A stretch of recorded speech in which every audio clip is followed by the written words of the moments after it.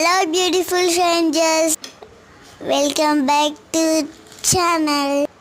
So ఇవాళైతే మేము Sankranti holidays కాబట్టి మా అమ్మమ్మ వాళ్ళ ఇంటికైతే బయలుదేరాము.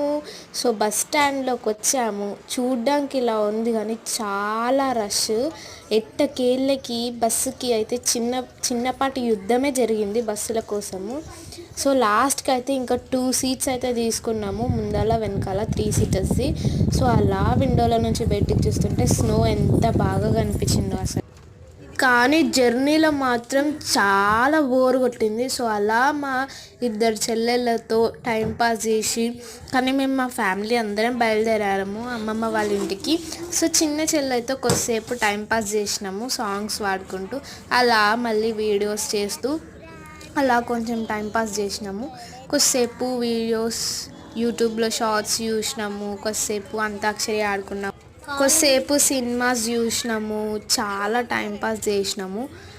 3 to 4 అవర్స్ పడుతుంది ఇక్కడ నుంచి మా అమ్మమ్మ వాళ్ళ ఊరు వెళ్ళాలంటే.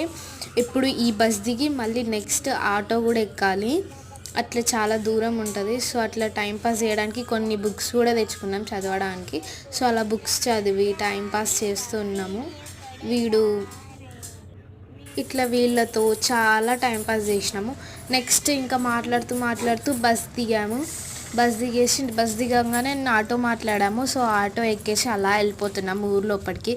ఆ గ్రీన్నెస్ అసలు ఊర్లోకి ఎంటర్ కాగానే ఆ వైబ్స్ అయితే అసలు ఎంత బాగున్నాయి అంటే అంత బాగున్నాయి. విలేజ్ అంటేనే ఏదో సంథింగ్ స్పెషల్ ఉంటుంది. కానీ అమ్మమ్మ వాళ్ళ ఇల్లు అంటే ఇంకా ఏదో ఒక స్పెషల్ వైబ్ అనేది ఉంటుంది. ఆ హ్యాపీనెస్ ఎంజాయ్ చేయడానికి ఇక్కడికి వచ్చేసినాము.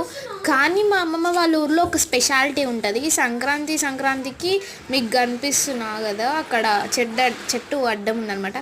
సో కనిపిస్తుంది కదా, ఆ కొండను అయితే ఎక్కుతారనమాట. ఆ కొండ ఎక్కే వ్లాగ్ కూడా మీకు పోస్ట్ చేస్తాను తొందరలో. అమ్మమ్మ వాళ్ళ ఊర్లో సంక్రాంతి ఎలా జరుపుకుంటారు అనేది కూడా post. Subscribe for more. Like ముఖ్యం బిగులు.